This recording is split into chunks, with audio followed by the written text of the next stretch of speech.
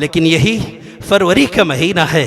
इसी महीने के 14 तारीख से पहले जो ड्रामे आप देखेंगे, आज रोज डे है, आज हक डे है, आज वैलेंटाइन डे है, हमारी बहनें बुर्का पहन करके 14 तारीख से पहले विजिटिंग कार्ड खरीदेंगी, लिफाफे खरीदेंगी। अरे इस्लाम की मुक़द्दस शहजादियों, इन लिफाफों का क्या करोगी? तुम्हें पता नहीं है कि हम स्कूल में पढ़ते, हमारा कोई बॉयफ्रेंड नहीं, और बॉयफ्रेंड के बगैर ज़िंदगी गुजारना ऐसे है जैसे मौत आ रही हो। हम ये ज़िंदगी नहीं गुजार सकते। हमारी सहेलियों के 4-4 बॉयफ्रेंड हैं। इस गंदगी के माहौल में रह करके उसने ये सबक पढ़ा।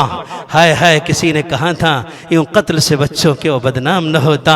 अफसोस की फ़िरौन को कॉलेज की न सूझी। अकबर, अल्लाह तुम्हारी मग़फ़िरत फरमाए।